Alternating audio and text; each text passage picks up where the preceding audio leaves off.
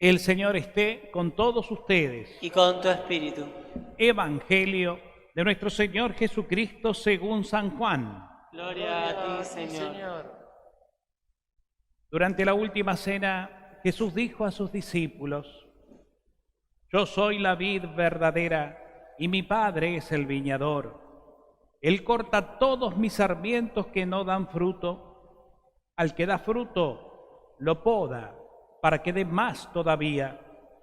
Ustedes ya están limpios por la palabra que yo les anuncié. Permanezcan en mí como yo permanezco en ustedes. Así como el sarmiento no puede dar fruto si no permanece en la vid, tampoco ustedes si no permanecen en mí. Yo soy la vid, ustedes los sarmientos.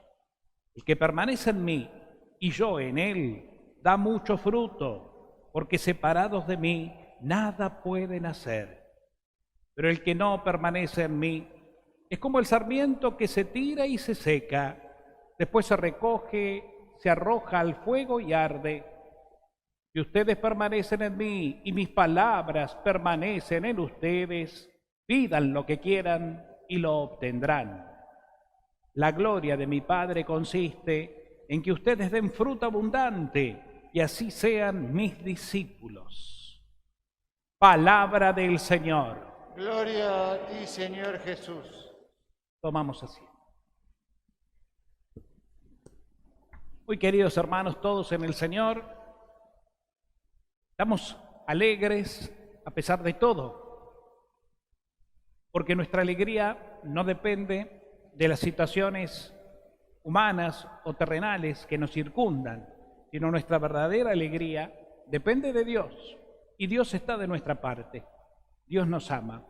Y como familia que somos de Dios, creyentes, cristianos, consagrados todos, estamos celebrando la Pascua por un lado, estos 50 días de Pascua que nos invitan a renovar nuestro gozo de nuevos cristianos resucitados, con Cristo vivos, para la gloria del Padre y para la salvación de los hombres, porque hemos resucitado con Cristo no solamente por nosotros, porque la obra de la resurrección ya está en nosotros, sino para que seamos testigos de esa gloria en favor de otros que todavía no conocen a Dios. Entonces estamos alegres. Y para esta comunidad, como vengo insistiendo, también es un tiempo de alegría. Estamos en el mes de mayo que hoy hemos comenzado y en la novena de preparación hacia la fiesta de Nuestra Señora de Luján. Y eso no es poco decir, es mucho. Es un gozo saber que la Virgen nos eligió, como eligió hace más de 1600, allá por el año 1630, quedarse a orillas del río Luján en esta tierna vocación y ser desde antes de que la patria naciera ya madre de los argentinos. También quiso, en una ocasión, por supuesto mucho después, quedarse aquí en esta porción de la diócesis, en aquel entonces Avellaneda, hoy Avellaneda Lanús, que es Sarandí, y ser desde acá madre, patrona, protectora de toda esta comunidad, y llamarnos como madre a nosotros para ser hijos, hijos del Padre, hermanos de Jesús, hermanos entre nosotros, e hijos de ella ciertamente también. Una madre es guía, es protectora, es ejemplo, una madre es animadora de sus hijos, una madre es la que mantiene en la unidad a la familia, porque es amor, así lo entiende ella, así lo desea para nosotros. Y una madre es bendición, especialmente esta madre poderosa, la madre de Jesús, que intercede continuamente en nuestro favor para que recibamos las gracias que necesitamos y mucho más también. Por eso entonces les digo que tenemos que estar alegres y agradecidos y con un espíritu exultante de celebración, porque Dios está de nuestra parte y la Virgen nos acompaña en el camino día a día de nuestra vida, sea personal y la de todos como comunidad. Bueno, y en este tiempo de Pascua que estamos viviendo, la palabra de Dios nos sigue también alentando, porque nos muestra, en la primera lectura, por ejemplo, que estamos leyendo y meditando del libro de los Hechos de los Apóstoles, cómo el Espíritu de Dios fue animando aquellos orígenes cristianos, aquellos principios de nuestra vida cristiana, hace ya tantos centenares de años, más de 2000 años, pero cómo el Espíritu del resucitado fue metiéndose en el corazón de la gente y a través de la predicación de la buena noticia, de ese primer anuncio que es que Cristo está resucitado para nuestra salvación y está en medio de nosotros para darnos vida, iba creciendo, iba desarrollándose, iba fortaleciéndose en número y en santidad las comunidades, que ya no solamente estaban en el centro de Jerusalén, sino que iban como peregrinando, misionando hacia tierras nuevas, e iban surgiendo cristianos, pero también iban surgiendo de allí discípulos, maestros, testigos, apóstoles, que iban enseñando esta doctrina, la doctrina de Cristo, que es la doctrina basada fundamentalmente en el amor de Dios Padre misericordioso. Y así veíamos hoy, por ejemplo, cómo el Espíritu Santo fue eligiendo, que es el Espíritu de Jesús, a uno de sus más grandes apóstoles, que de perseguidor de la iglesia como fariseo, Saulo, se fue transformando por la acción del Espíritu que renovó su corazón para convertirlo en Pablo, el apóstol de los gentiles, es decir, aquel que tendría que luego ir a evangelizar nuevas tierras, tierras lejanas, tierras que ya no formaban parte del pueblo de Israel, sino de nuevas realidades, que con los viajes Pablo iría conociendo y evangelizando y adoctrinando y guiando en el camino de Jesús. Pablo es uno. Y veíamos también cómo se iba organizando la comunidad, cómo el entusiasmo del Espíritu hacía que ellos, a pesar de las negativas que tenían en muchos sectores, sin embargo no dejaran de predicar y de anunciar, porque sabían bien claro que la misión de ellos, la vida de ellos de aquí en adelante, al haber conocido a Cristo, consistía en anunciar a Cristo. No podemos callar lo que el Señor nos reveló. Y Pablo lo vivió concretamente en su conversión, en su primer encuentro con Jesús. Esa fuerza que el mismo Cristo le dio y lo envió a anunciar. Bueno, este Pablo que como hombre muy culto que era y que hablaba varias lenguas, también aprovecha su formación para ir a predicar a los griegos, a los judíos de lengua griega, para anunciarles a ellos también que Cristo está resucitado. Así crece la iglesia. Así creció, así crece y así crecerá, a través del testimonio de los creyentes. Por eso, queridos hermanos, hoy somos nosotros los protagonistas de la fe. Hoy somos nosotros los que en este mundo nos toca seguir y continuar la obra que ellos empezaron y que Cristo inauguró en la muerte de cruz y en la resurrección. Nosotros somos los encargados, porque también nosotros estamos ungidos por el Espíritu Santo como lo estuvieron ellos. También nosotros estamos llamados y consagrados por el bautismo como nuevas criaturas que hemos nacido y renacido, hijos de Dios, hermanos de Jesús, miembros de la iglesia, la comunidad y la familia. Entonces no podemos callar nosotros tampoco este mensaje, hermanos. Estamos llamados a eso, a anunciar, sin vergüenza, sin importar que el otro le interese o no, porque hay algo en nosotros que no nos pertenece y que es vital, es vital. Es vital. Nosotros en lo humano sabemos que, aunque tal vez nuestros hijos no entiendan, por ejemplo, que tienen que estudiar o que tienen que tomar determinada medicación porque lo necesitan, porque es su futuro, por un montón de cosas, aunque ellos no lo entienden y no lo quieran, sin embargo nosotros insistimos porque sabemos que eso es un bien, que ahora no entienden, pero lo entenderán después. ¿Cuánto más tenemos que anunciar con nuestra vida algo que es vital para la eternidad, que es esta buena noticia, nuestro cristiano, nuestra identidad en Dios? Por eso no podemos callarnos, no podemos quedarnos cruzados de brazos, no podemos dejar amedrentarnos por el miedo que paraliza. Con cuidado, con prolijidad, con precaución, sí, pero nunca con miedo, porque no se puede detener la obra de Dios.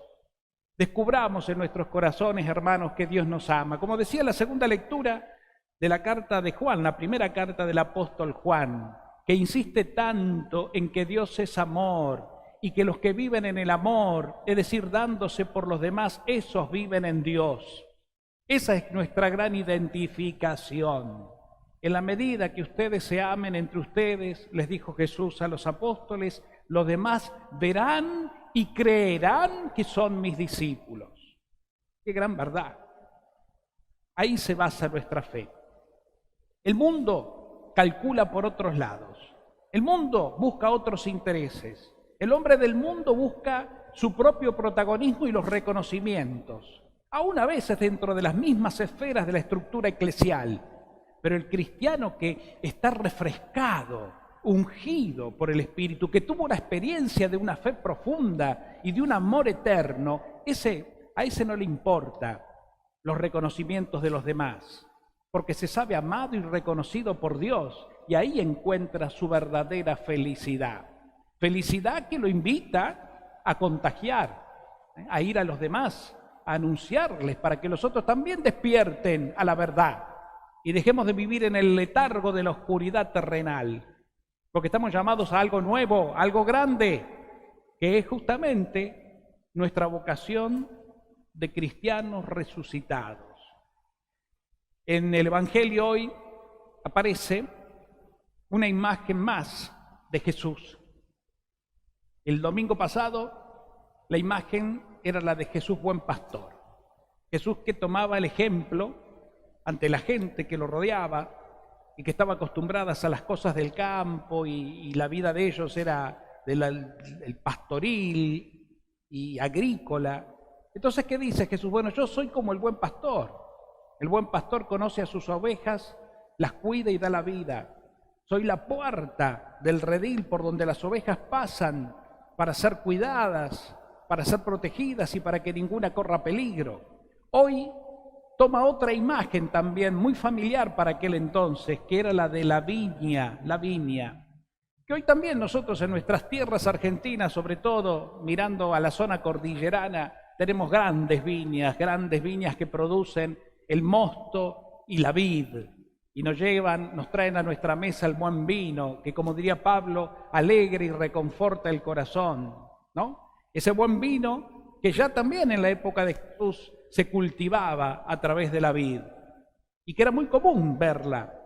Entonces Jesús dice, bueno, ustedes que conocen de esto, piensen así, yo soy la vid, que tiene su raíz, su tronco principal, y de la cual luego sí se desprenden lo que se llaman los sarmientos, que son las ramas secundarias, que van creciendo y se van enredando, y van sacando hojas, y van sacando luego el fruto, que es la uva, para el fruto posterior, que será el viñedo. Entonces Jesús dice, yo soy así. Y fíjense ustedes, dicen, los sarmientos que van creciendo necesitan del tronco que les da la savia que está dentro. Esa savia les da vida. Por eso tienen que permanecer siempre unidos a la vid, porque si se separan de ella, el sarmiento se seca y no sirve más que para ser echado al fuego. Ustedes no están llamados para quemarse, ustedes están llamados para tener vida y dar fruto en abundancia, por eso permanezcan en mí. Y los que permanecen en mí, dice Jesús, mi Padre viene y los poda, es decir, les saca las impurezas. Es Dios quien se encarga de purificarnos. Es Dios quien se encarga de sacar lo que está de más, lo seco, lo viejo, lo apestado, como les pasa a las plantas. Es Dios quien se encarga de eso. Así que no tengan miedo. Y esto siempre, cada vez que me toca predicar este evangelio, me trae un poco el recuerdo de mi infancia. Cuando yo vivía allá, siendo chico, en mi casa de Temperley, yo recuerdo que teníamos una parra, que muchas casas había y hay también, ¿no? La parra. Esa parra que es justamente una planta de vid, que da uva, y que da mucha sombra. En verano, cuando se llena de hojas, da un montón de sombra. Entonces era el lindo lugar para sentarse al fresco, a tomar mate y a la noche a cenar, y era un lugar propicio, ¿no? Y cuando llegaba este tiempo otoñal, donde las hojas empezaban a caerse y a secarse, después de que habían dado bastante uva, mi papá solía darla. Por eso me trae mucho recuerdo el Evangelio. ¿Y qué pasaba? ¿Qué era el detalle? Que después de podarla y sacar las partes secas y viejas para que en el próximo año crezca con fuerza, la parra empezaba como a gotear, gotita a gotita, lloraba. Mi mamá decía, la parra llora porque está podada, porque le duele la poda. Pero qué necesaria es la poda para que el año que viene vuelva a sacar hermosas hojas que nos den sombra y mucha uva rica para comer de postre. Era necesaria la poda. aunque le traía dolor. Bueno, ven, Jesús dice lo mismo. Mi Padre poda todo sarmiento para que dé más fruto también. A veces la poda que hace Dios en nuestra vida, para sacarnos las impurezas, para sacarnos las malas costumbres, para sacarnos las pestes interiores, espirituales, a veces nos causa dolor. Sí, y nos hace llorar, porque nos duele, nos hace sufrir. Pero no por maldad, sino por necesidad. Es ese dolor purificador, que como diría Jesús en otra parte, es como el oro que cuando se saca de la mina, se extrae de la mina, está lleno de escoria, de impureza, y es necesario ponerlo en el crisol. El crisol es como un fuego que lo derrite, y después se lo cuela al oro líquido, y entonces queda el oro puro por un lado y la escoria que nos sirve por otro. Entonces, así es nuestra vida, y Dios así obra en nosotros. Por el Espíritu Santo nos purifica, nos poda, para sacar lo feo, lo innecesario, lo que nos contamina la vida, lo que no nos permite crecer y avanzar sanamente, lo que nos detiene para dar fruto. Dios es así, un gran purificador. Por eso, hermanos queridos, no tengamos miedo. Yo creo que este tiempo, para los cristianos, es un tiempo de grandes purificaciones. Es un tiempo para que meditemos nuestra verdad. Es un tiempo para aprovechar a mirarnos a nosotros y a mirar un poco la realidad desde la perspectiva de la fe, con una mirada más sobrenatural, no tan terrenal, no tan calculadora como es el mundo, sino con más fe, sabiendo que a pesar de todo y de las pérdidas que se están viviendo y de los dolores que se están padeciendo, sin embargo, atrás de todo esto está Dios purificando. Y es un tiempo para que se cumpla en nosotros esta profecía, este mandato de Cristo. Nos pueden pasar dos cosas: bajar los brazos y caer en la desesperación como que nada ya tuviera solución y dejarnos sumergir por la negatividad del miedo y del dolor, o no, o aceptar la poda y aunque duela, permanecer unidos al Señor sabiendo que vendrán tiempos mejores y que nosotros saldremos de esta experiencia resurgiendo, renovados, diría yo hasta resucitados, habiendo dado un paso más en la vida y habiendo aprendido lo esencial, habiendo vuelto a lo original, a lo concreto, purificándonos de tantas cosas que son secundarias e innecesarias y viendo que la vida tiene un sentido distinto, que la vida no es el placer, el poder, el tener, el reconocimiento, lo material y esas cosas, porque eso va y viene. Hoy estás, mañana te enfermaste y quién sabe pasado ya no estés. Entonces, ¿qué es la vida? Si no es algo que va más allá de lo que esperamos del mundo. Muchas veces tenemos puesta nuestra conciencia, nuestra vida, nuestra atención en las cosas meramente del resultado inmediato, del mundo, y queremos manejar porque eso nos da poder. Cuanto más podemos, más manejamos, más tenemos y cosas por el estilo, mejor nos sentimos. Y si manejamos a los otros, mejor aún, porque siempre le gusta al hombre estar por sobre los otros. Eso es toda impureza que el Señor quiere sacar, porque ahí no está la verdad. Fíjense, si volvemos un poco a Jesucristo, en este misterio que hemos celebrado hace tan poquito tiempo en la Pascua, ¿qué hizo en la última cena Jesús? Se desvistió, se puso una soga, una toalla a la cintura y se puso a lavar los pies a los discípulos. Y les dijo, esto hacen los esclavos. Si yo que soy su Señor les ha lavado los pies, es porque ustedes tienen que hacer eso. Así se tienen que entender ustedes si quieren ser verdaderamente mis discípulos. Esa enseñanza que es el mandamiento del amor, amor puesto en práctica, llega a nosotros. Y a nosotros también nos tiene que identificar, aunque a veces nos cueste, claro que sí, aunque a veces nuestra condición humana nos limite en muchas cosas. A veces queremos hacer mucho y hacemos lo que podemos. Bueno, no importa, lo importante es hacer. Lo importante es saber que Dios está de nuestro lado, que Él es misericordioso, que Él nos vino a condenarnos, que Él vino a darnos nueva vida en Cristo, que Jesucristo ya absorbió en su muerte y resurrección todo el mal, todo el pecado del mundo y lo destruyó muriendo para que nosotros tengamos vida abundante. Entonces ya nuestra vida está en Cristo resuelta, es decir, nuestra redención ya está consumada. Estamos llamados a cosas realmente plenas, profundas y eternas. No nos quedemos, entonces, poniendo toda nuestra atención en pequeñeces, en cosas que no resultan, en viejos rencores, en falsas necesidades, en vetustos deseos que no nos permiten avanzar. Al contrario, quedémonos en la verdad y dejemos que la savia de la vid, que es Cristo, que es el Espíritu Santo, penetren en lo más profundo de nuestro ser para renovarnos con nueva vida, con esa vida que solo Dios nos puede dar y que es la única que nos mantiene vivos y que nos permite dar fruto. ¿Y fruto qué es? Felicidad.